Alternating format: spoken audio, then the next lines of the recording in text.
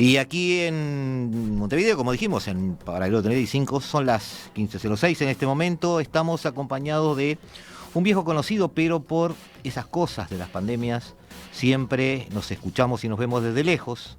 Henri Boisrolin, ¿lo dije bien? Boisrolin. Boisrolin, perdón. Haitiano, bachiller filosófico matemático. Me sorprendió eso, Henri, no tenía ese dato. Profesor en Instituto Superior de Lengua y Cultura Aborigen, coordinador del Comité Democrático Haitiano, autor de La Revolución Haitiana, 1971-1804, una contribución para superar el olvido y una imperdible La Negritud, un rescate necesario que por suerte tuve la alegría de poder, la alegría no, pero digamos la interesante experiencia de poder leerlo hace unos días. Henri, bienvenido a Montevideo. Ya has estado en algún contacto por Zoom cuando fue asesinado el presidente Juvenal Moïse hace ya un año. Más. Un poquito más de un año, ¿no? Sí, porque fue el 7 de julio de 2021. Ahí está, estuvimos en alguna mesa también en la mañana con Leo Harari en aquel momento. Y hoy estás aquí invitado porque, de pasada, estás en Montevideo por unos días. Estás invitado por la gente del PIT-CNT, ¿no? ¿Es verdad? No solamente eso, sobre todo por la gente de la Coordinadora de Solidaridad con la República de Haití, de la lucha y otros compañeros y compañeras más. Claro, en este caso me gustaba aclararlo para dar exactamente el tema. La Secretaría de Derechos Humanos y Políticas Sociales del PIT-CNT. Es así. Vas a estar con ellos hoy, creo, tengo entendido. A partir de las 18. Ahí está, te vamos a dejar libre antes, no te preocupes. Acá somos bastante prolijos en cuanto al horario. La idea es que vengas a explayarte o hablar sobre la descolonización en Haití, o sus efectos, o sus particularidades, o ambas cosas. Eso no queremos dar ningún spoiler, como se dice ahora. Vamos a escucharlo hoy, y creo que va a ser transmitido también por las redes sociales de la Central. Por YouTube. Ahí está. Muy bien, entonces ya pasamos un poquitito el aviso. En cuanto al país, que hace un poco de excusa para que nos encontremos hoy, habíamos dicho el año pasado cuando charlamos, yo había hecho una pequeña introducción diciendo que para muchos era un Estado fallido, pero década tras década, después de cada protesta, después de cada levantamiento, se vuelve al redil electoral, se vuelve a buscar en cada nueva elección el camino exitoso. Nada más lejos entonces de ser fallido desde ese punto de vista. Es un Estado resiliente. Más bien, en aquel momento yo decía, una empecinada nación que persiste en querer existir. Tú decías en aquel momento, tomé nota de alguna frase tuya, de que no es solo un país periférico, sino que es un país periférico en la periferia. Recalcabas un poquito eso. Hace un poco, un año, estamos cerca también de hace un año, un terremoto estremeció el sureste del país. Sí. Que eso agregó más dramatismo a esto. El país que, recordemos todos, llaman el más pobre de América, dejó más de 2.200 muertos. Hoy, 12 meses después, o 12 meses y un poquito, hay cerca de 800.000 damnificados que siguen tratando de reconstruir sus vidas, mientras la nación se hunde en una de las múltiples crisis que la asolan. Inestabilidad política, incremento del hambre, potenciado por una alta inflación, y un gran problema de inseguridad con bandas criminales sembrando el terror en la capital y haciendo aún más difícil la vida cotidiana de los haitianos. Va a haber elecciones el 26 de septiembre y una segunda vuelta el 21 de noviembre.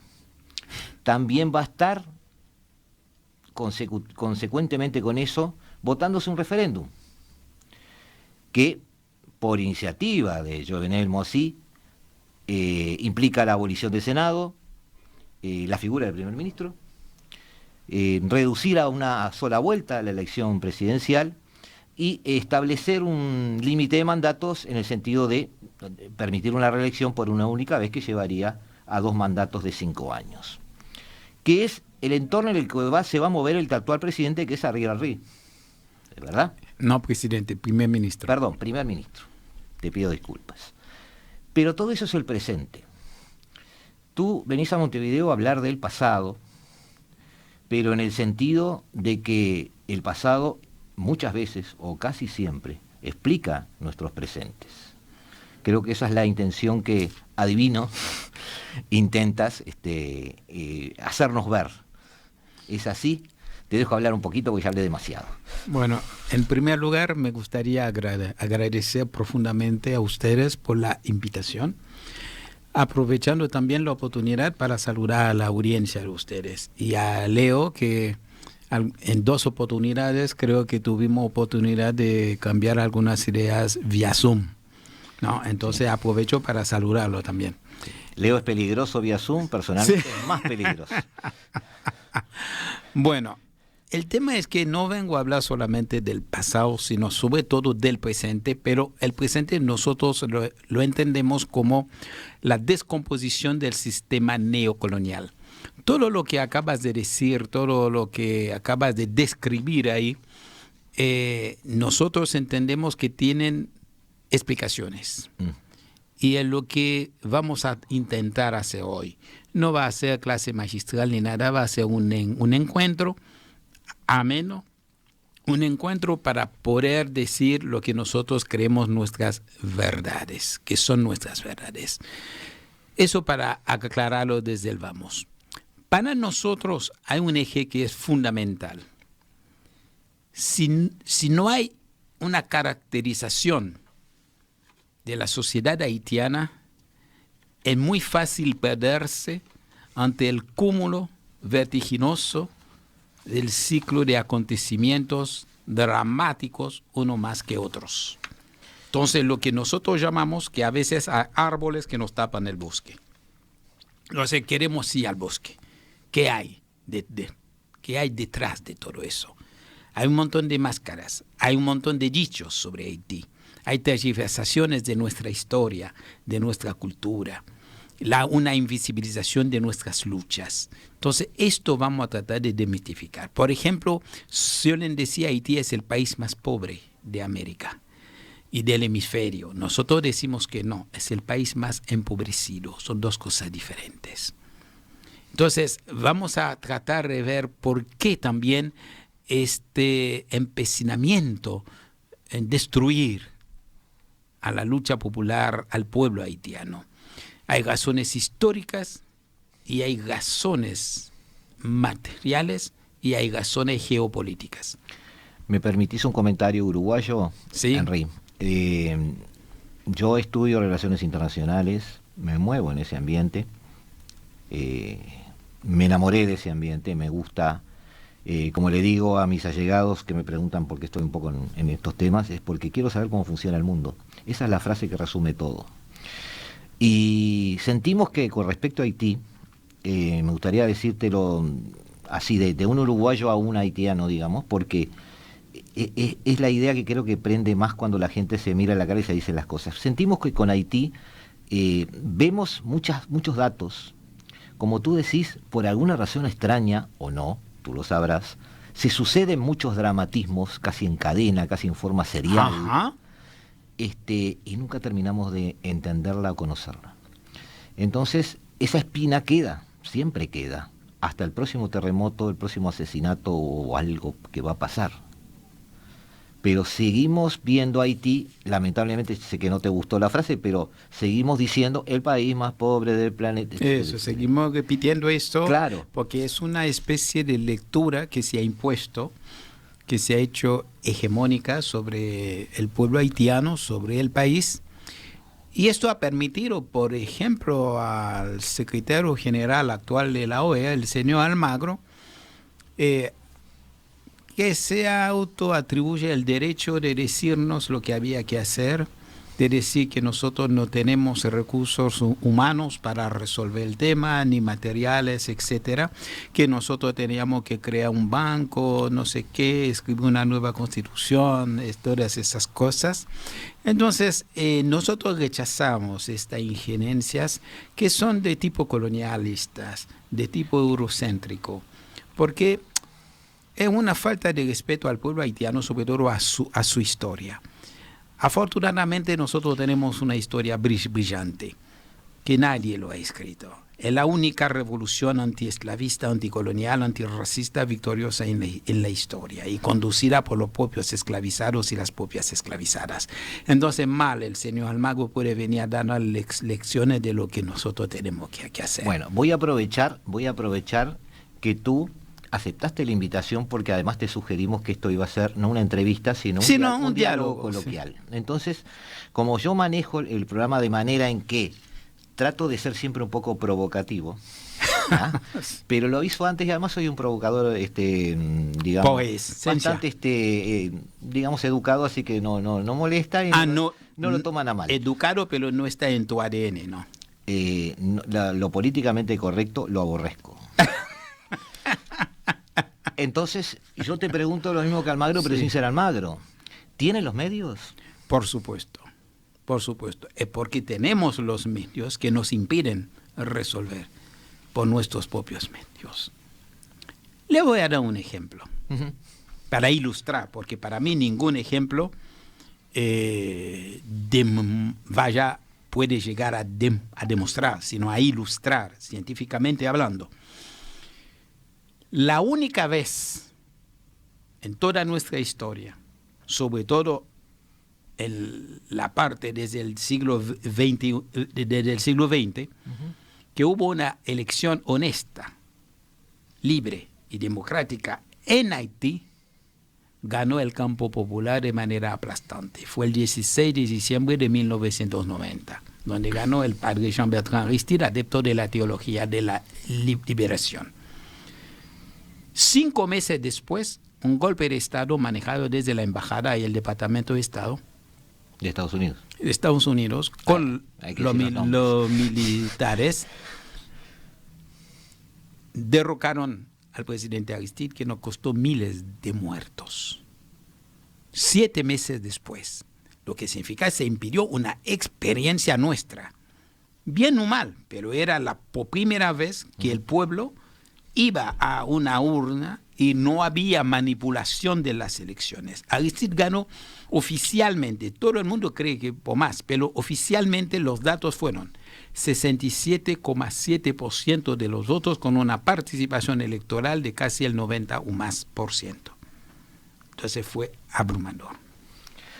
Amigos, en unos minutos nos volvemos a encontrar. No se vayan, nosotros seguimos acá, ustedes sigan allí. Aquí, por si se lo preguntan, recuerden, en el 1170M de vuestro dial, en este pedacito de la programación de Radio Mundo que hemos dado en llamar La Hora Global. Estás escuchando La Hora Global, una mirada al nuevo desorden mundial.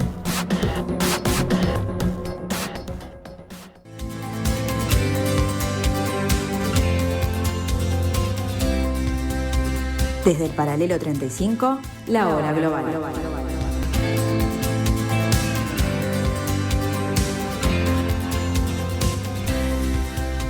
Señores, Haití, 75.000 hectáreas en el noreste del país se llama, tiene lugar el Parc Marine Trois-Belles, o algo así.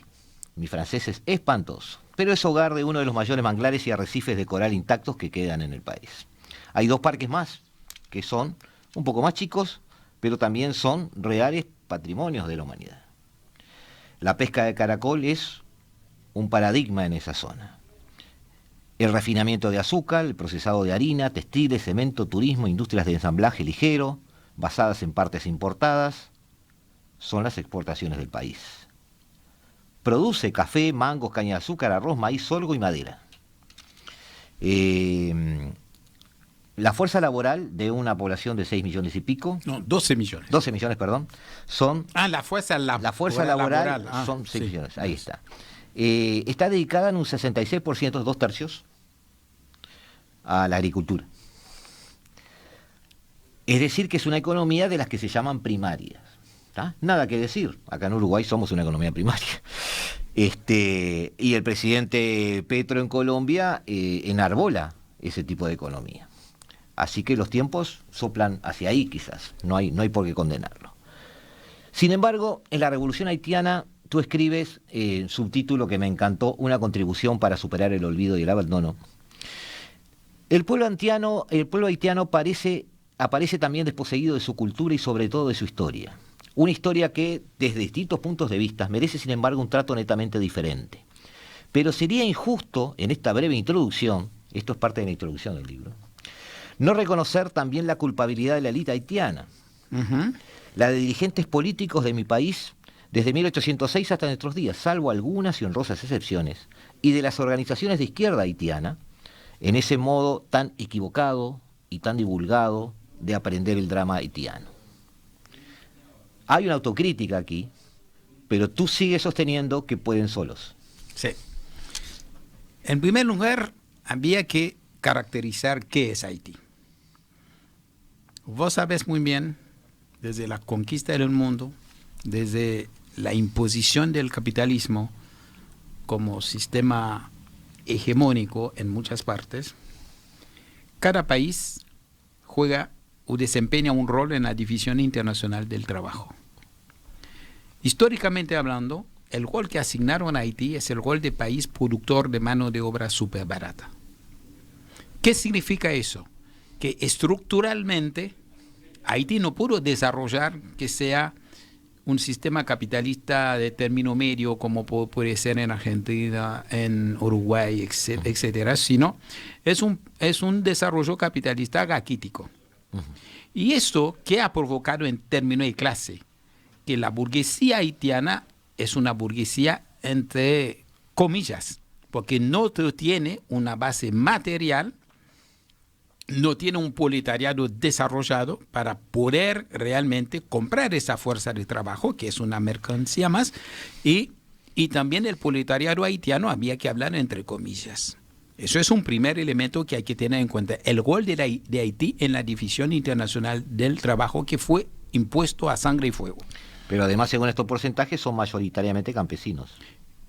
Eso ahora la cosa viene a diversificarse a partir de la descomposición de este sistema, porque al tener un sistema neocolonial, para no ir demasiado lejos, en 1914, en diciembre, un comando norteamericano entró en el Banco Central de Haití y nos agarró, nos robó nuestra reserva de oro y la llevó a Fort Knox, diciéndonos que había mucho lío en el país. Cuando vaya a haber una solución, nos van a devolver. Hasta ahora no lo han devuelto. Si lo han devuelto es... cuando empezamos a hablar ahora, yo no sé. Solución obviamente no hubo. Meses después, en julio, el 28 de julio de 1915, entraron y ocuparon Haití. 1915 hasta 1934, 19 años. Esos 19 años transformaron a Haití en una perfecta neocolonia de los Estados Unidos. ¿Qué significa eso?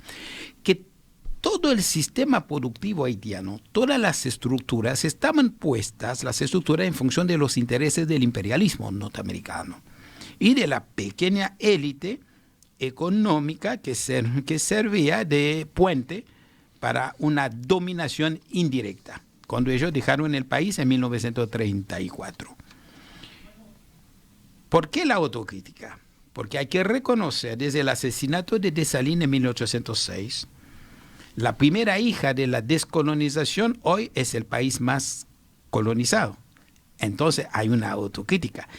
A pesar de las luchas, el campo popular haitiano todavía no supo o no pudo retomar este camino. Hay que reconocer esto.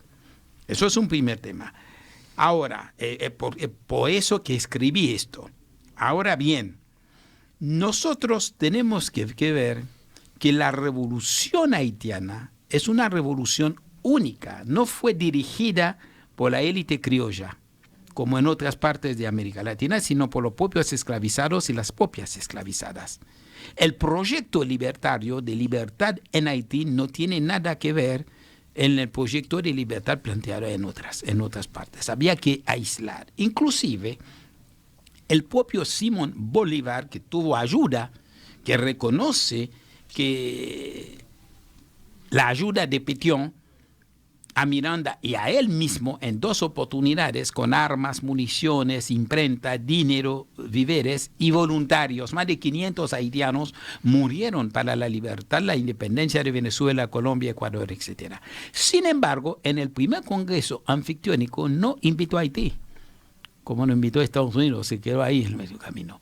Es decir, lo que pasa, por eso también creo yo, no se puede interpretar ni la historia nuestra ni la realidad actual solamente a partir de las categorías de la modernidad, del eurocentrismo. Hace falta hacer entrar otro tipo de pensamiento, por ejemplo, un pensamiento decolonial, como lo plantea Quijano, o Fanon, o M. Césaire, o los haitianos como Jacques Roumain, Jacques-Stéphane Alexis, Demesvar Delhomme, Antenor Firmin, que ha contestado a Gobineau de la igualdad de las razas. Entonces, eso es el tema verdadero para complejizar lo que vos dijiste recién. No es cuestión solamente de quedarse en lo que se ve, porque la descripción de algo no explica algo. Entonces, no, de acuerdo. Lo que yo veo, Henry, por supuesto, no estoy ni juzgando, ni opinando, ni nada, estoy tratando de percibir lo que tú emanas, y veo que lo que estás intentando hacer es, primero, un cambio de paradigma, segundo, un cambio de pensamiento, pero ese tipo de cosas siempre apuntan a algo. ¿A qué? A iniciar procesos. Yo supongo que el proceso que estás proponiendo es una decolonización. Correcto. Que además es un término que ya usaste. Sí. ¿Y en qué consistiría? Mire. No spoileemos nada de lo de hoy a las 18. No. Pero mi programa quiere tener alguna pista. No. Mira, yo afortunadamente pude estudiar antropología también. Ah, te envidio. Entonces, no es esto.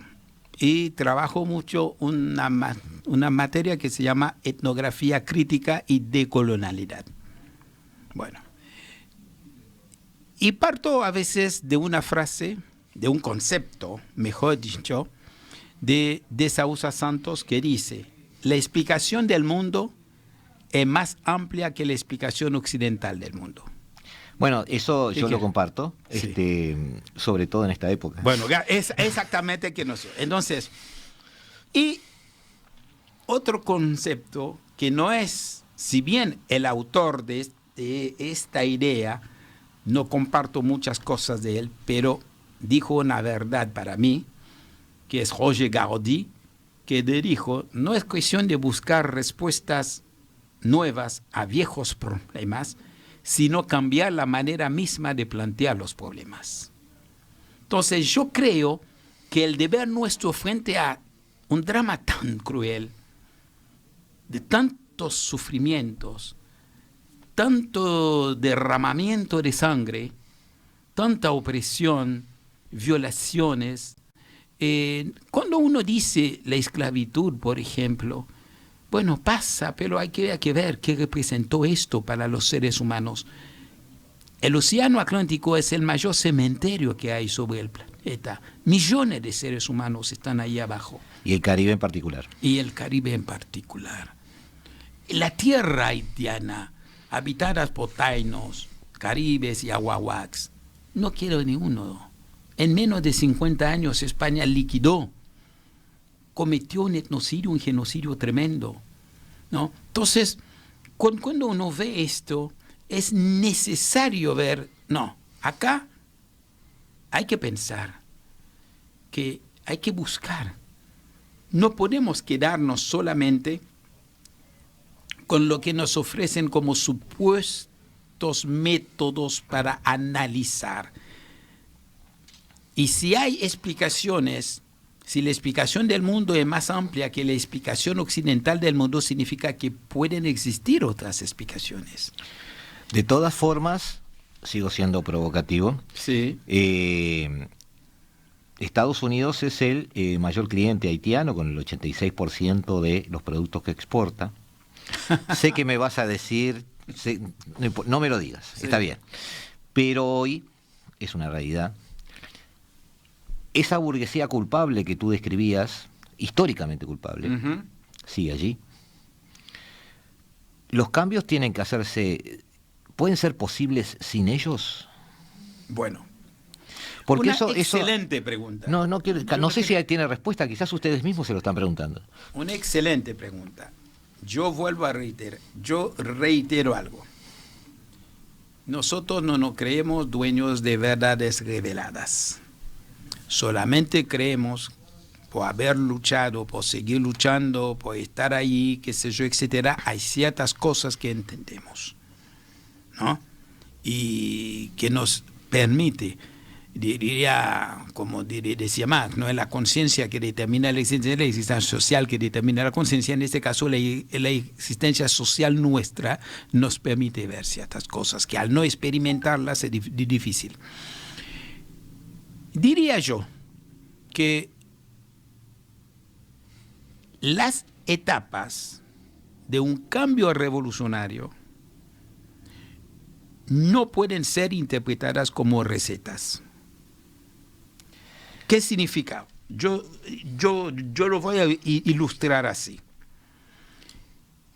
Desde que secuestraron africanos en África, transportados como en condiciones infrahumanas sobre los barcos mal llamados negreros, llegados a la isla, vendidos como esclavos, esclavizados, porque no hay esclavos, hubo esclavizados, y transformados luego en negros, despojados de todo, de identidad, de todo, ¿no?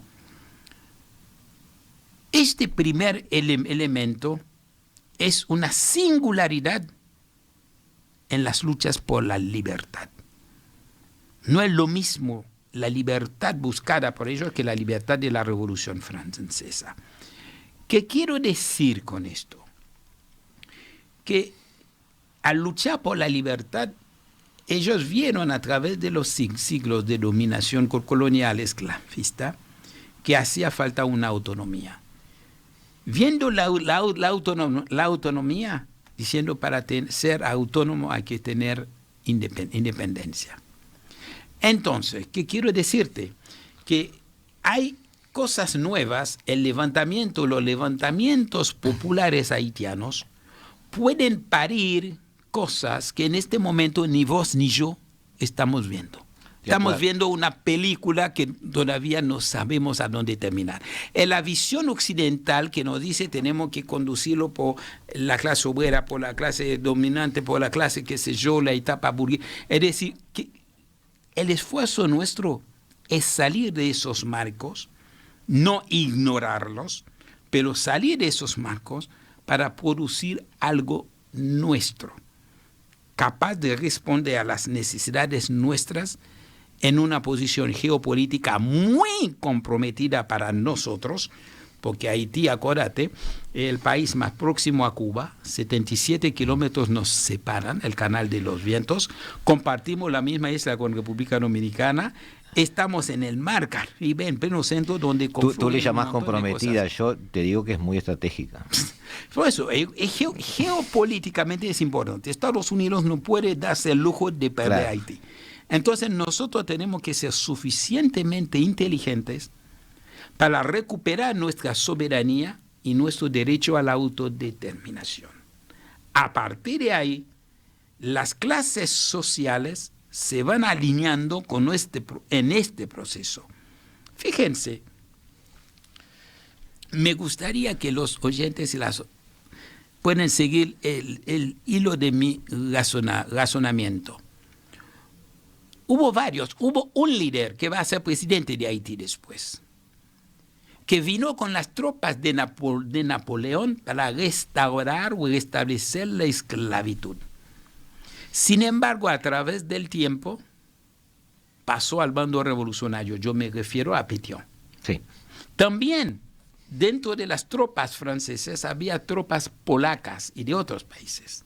Y esas tropas polacas, durante el proceso revolucionario, pasaron también al bando revolucionario. Es por eso que al triunfar, Dessalines les dio tierra al oeste de la capital, un lugar que se llama Casal. Hasta ahora hay haitianos con ojos claros, etcétera, son descendientes de polacos. Y es por esto que en la Constitución nuestra de 1805, en el artículo 14 bis, Dessalines hizo poner cualquier ser humano que quiera habitar este suelo, cualquiera sea el color de su piel, será conocido bajo la denominación de negros. ¿Qué significa eso? Que entendió que el negro es una construcción colonial que puede ser el sepulturero de la construcción general que se llama blanco, sabiendo que los seres humanos biológicamente no podemos dividirnos en razas, es una falsedad. De acuerdo, pero la estética marcó historia, lamentablemente. Tú escribes en Negritud un rescate necesario. Sí. En los estudios marcados por la perspectiva colonialista, los africanos son los nadies, es decir, los vilipendiados, más olvidados por la historia denominada universal y la sociedad capitalista. Sí. Una sociedad cuya prosperidad, sin embargo, se basó en la esclavitud impuesta en millones de africanos y sus descendientes en diferentes partes del mundo durante más de 3 siglos. Tengo 2 preguntas, pero vamos a arrancar por la primera, no me vas a contestar ninguna porque vamos a ir a otra tanda. La primera es, ¿tú crees que la negritud jugó para ese aislamiento por parte de un mundo que los veía como diferentes? Yo te contesto después, dijiste. No lo contestes. Amigos, en unos minutos estamos aquí con ustedes de vuelta. No se vayan, que como siempre, nosotros tampoco nos iremos y seguiremos aquí en La Hora Global en Radio Mundo, 1170 AM de vuestro dial.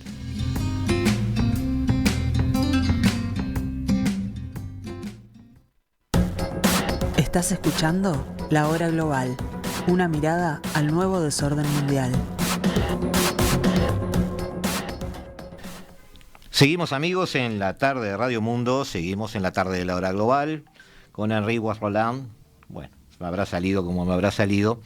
Había quedado una pregunta pendiente que era si la negritud era un elemento definitorio, digamos, en esa especie de mirada diferente del resto del mundo que obviamente los haitianos sienten. Evidentemente nosotros hay que interpretar la negritud como dentro de un marco general que es el racismo. La negritud surgió en función de esto. Lo que algunos intelectuales, sobre todo, cuando fueron a estudiar a Europa, yo me refiero a Fanon, me refiero a Aimé Césaire, a Gontran Damas, etcétera, etcétera, que sintieron la discriminación en carne propia. Y también hay mujeres, las mujeres Sylvain, que participaron en este tema. Entendieron que había que rechazar esa discriminación y había que rescatar sus valores culturales y que sus valores culturales no tenían nada que envidiar no pueden ser considerados como inferiores a otros.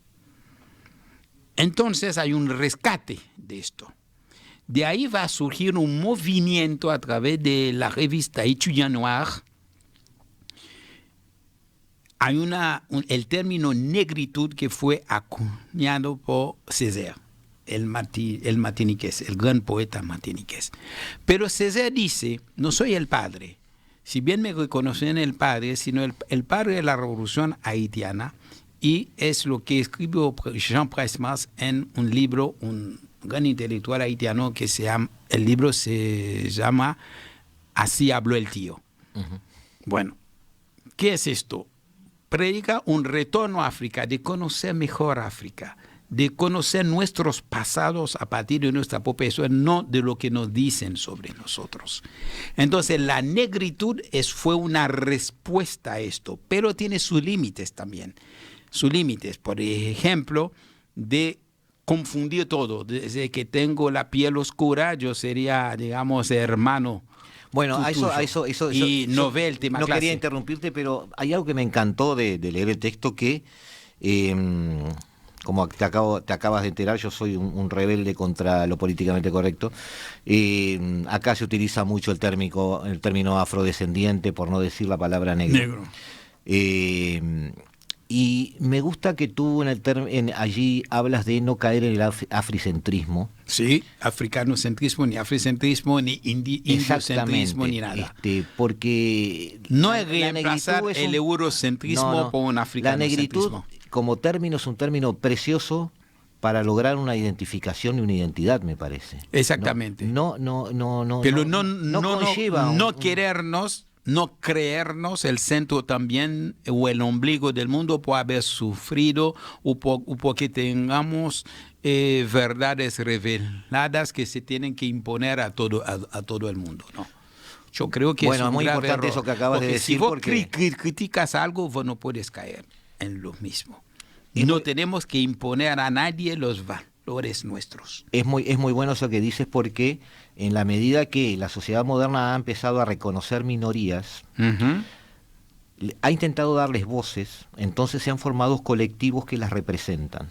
Esos colectivos, a mi modo de ver y entender, pero esto es una opinión personal, han caído en una especie de mala costumbre de victimización y de autosegregarse de alguna manera. Entonces se terminan formando guetos sociales donde los negros en particular, bueno, no fuimos aceptados o estamos en una situación desventajosa desde el punto de vista social y económico debido a nuestra situación, pero también cortan los puentes hacia entornos que podrían de repente ser afines a ellos o tener una posible salida en conjunto. Entonces lo que dices está bien. Fuimos víctimas, pero no por eso lo nuestro es mejor. Valoricemos lo que tenemos, pero busquemos nuestra identidad. Eso está bien, pero advierto 2 o 3. Sí. Es decir, has abierto una cosa que me hace reflexionar, pero hay 2 o 3 elementos que me gustaría. Si quieres dar marcha atrás, pero a mí me encanta tirar estas bombitas. No, que es la siguiente.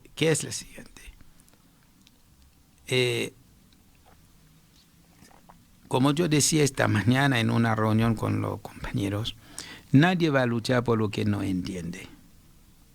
Nadie va a morir por lo que no ama. La reacción que vos describiste de ciertos colectivos negros es una reacción que tiene explicación.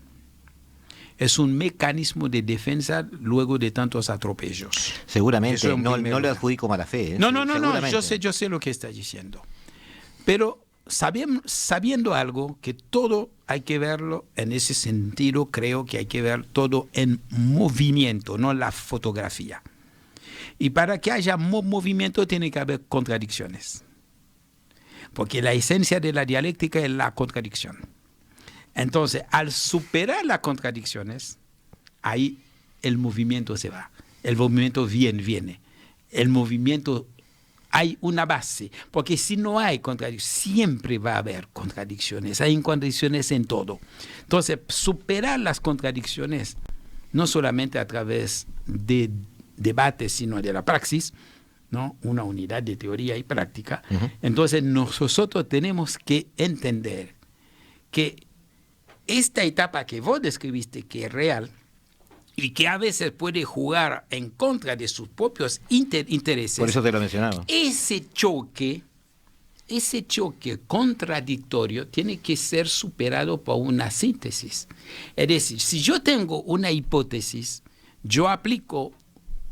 si yo tengo una tesis, yo aplico una antítesis, me sale una síntesis que es otra tesis. Entonces, eso en términos de lucha de clase, en términos de... Porque hay una serie de Conozco una cosas, profesora de sociología que estaría amando lo que estás diciendo. Dale. ¿Sí? Bueno, sí. No, lo que quiero decir con esto, ninguna contradicción de cualquier fenómeno social se resuelve solo a partir de la contradicción. Hay un montón de otros elementos conexos que tienen que ayudar a la superación. Es decir, si no, vamos a ver a la sociedad como elementos, como estamentos estancos y no es tal. Hay interconexión. Hay un término que desarrollaron las feministas norteamericanas que me gusta mucho, es el término de interseccionalidad, donde dice, no se puede ver solamente el tema clase, sino el tema de género, el tema de grupo étnico o raza, como lo que quiere decir, porque la raza no existe biológicamente, es una construcción social, pero hay que ver todo esto. Todas las redes superpuestas que nos interconectan. Exactamente, hay que ver. Ahora, hay momentos históricos donde algunos elementos priman más sobre otros. Pero no se puede. Incluso hay que fijarse algo. El gasismo nació, sobre todo el gasismo que hablamos en América Latina, en Haití, nació a partir de un sistema de explotación de que había que justificar por qué unos seres humanos tenían que explotar y dominar a otros. Entonces inventaron un montón de cosas. Ahora bien, pero esto ya perteneciente a la superestructura, no hay que creer que hay una base, como dice en el materialismo histórico, hay una base que determina la superestructura, pero no es tan mecánico. Y la superestructura, a su vez, actúa sobre la base. Y si yo corto a veces, si yo termino con la base material de producción de esto, porque ninguna sociedad puede existir sin producir o reproducir sus condiciones de existencia. Pero el hecho que al cortar la base material que ha producido el gasismo, no significa inmediatamente que el gasismo desaparezca, sino en Cuba, en este momento, como se puede explicar, que existen todavía chistes, cosas así, sobre el negro, sobre cosas así, porque si no hay una base material que lo explica. Entonces eso lleva tiempo. De acuerdo. Lleva Ahora, tiempo. en tren de solucionar esas contradicciones, sigo tu léxico, te va a ir bien hoy de noche, porque además vas a estar en un entorno que se maneja con esos conceptos. Ah, sí. Tú hablaste o mencionaste algunos términos en 3 minutos, tenemos que resolver esto. Hablaste y mencionaste algunos términos en cuanto a cuál es la salida o cuál es el proceso que propones o el que se te está ocurriendo. Porque, como tú dices, a medida que se va caminando, después se va a ir ajustando. No, tenemos objetivos. El objetivo, sí, claro, sí, en este correcto. momento, recuperar nuestra soberanía. Hoja de ruta hay que tener. La hoja de ruta no implica que el objetivo final sea tal cual lo pensamos, pero los 10 primeros pasos están claros, porque esa hoja de ruta me muestra hacia dónde tengo que empezar a caminar. Después, en un dicho que es muy de esta zona, bueno, el andar de la carreta acomoda los zapallos. Ahora, ¿Cómo? El andar de la carreta acomoda los zapallos. Te voy a pasar algunas canciones de Yupanqui y eso. Atahualpa. Sí, Atahualpa. ¿Qué pasa? Hablaste de revolución, hablaste de evolución. No estamos en 1804. Uh-huh.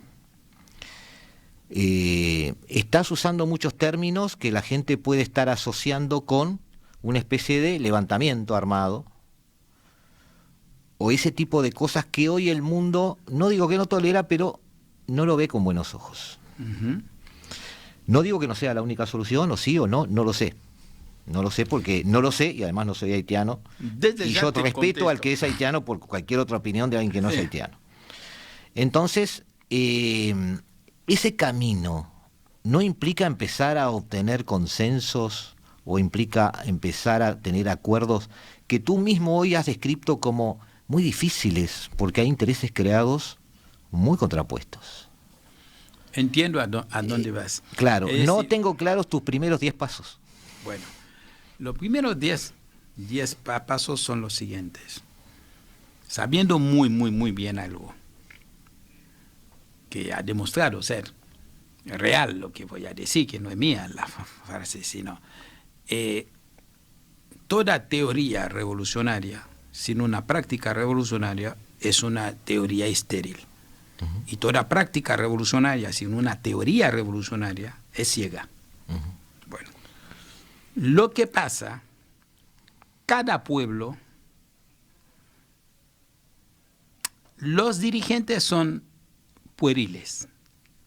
Los que realmente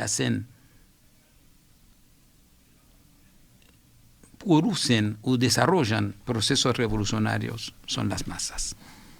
Sin la masa no hay nada.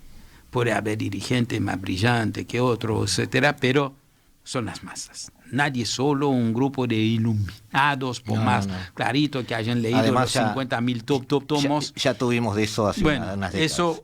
Eso no va. Todos los procesos revolucionarios han demostrado esto, ¿no? Ahora, lo que se llama la forma que puede tomar una lucha no va a depender de la elección sola del protagonista que quiere liberarse, sino también del que impide que sea así.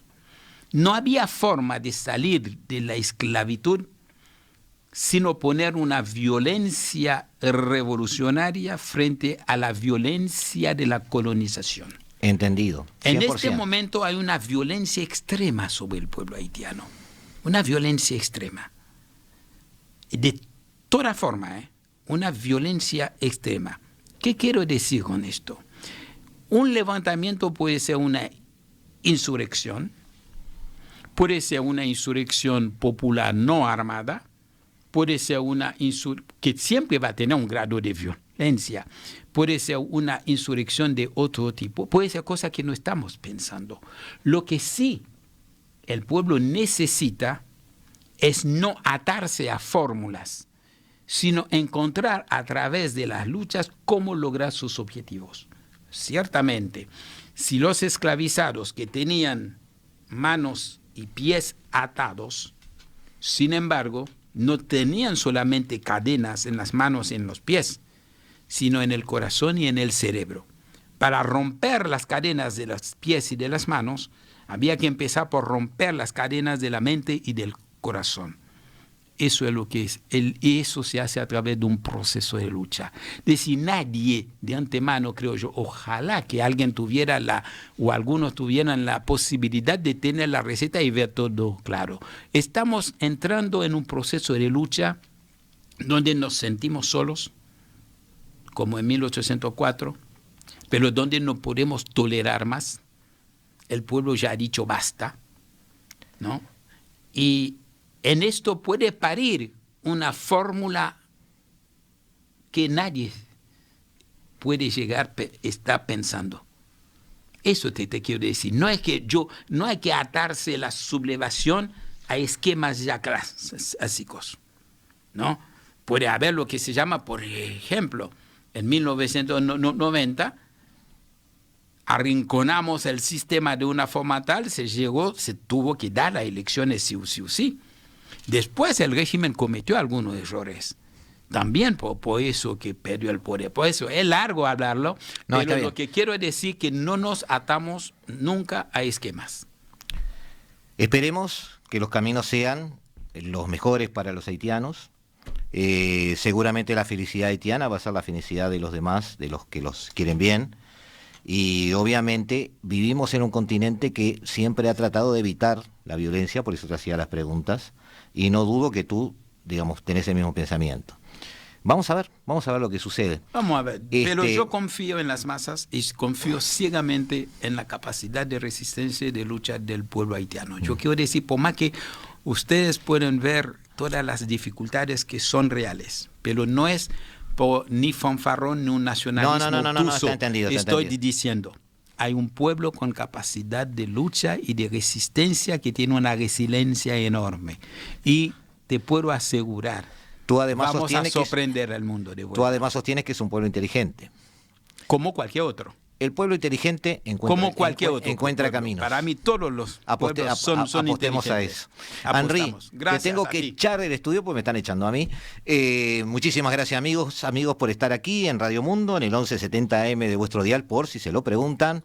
Dejarlos, como siempre, en la programación que vale la pena, en las manos de Eduardo Rivero, que junto con ustedes volverán a explorar la mejor música del mundo. Nosotros, como cada martes y cada jueves a las 15 horas, aquí en Radio Mundo, la hora global.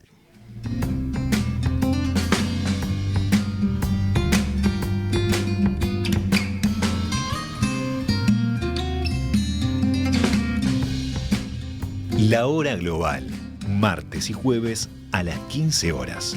Repite a las 21 horas.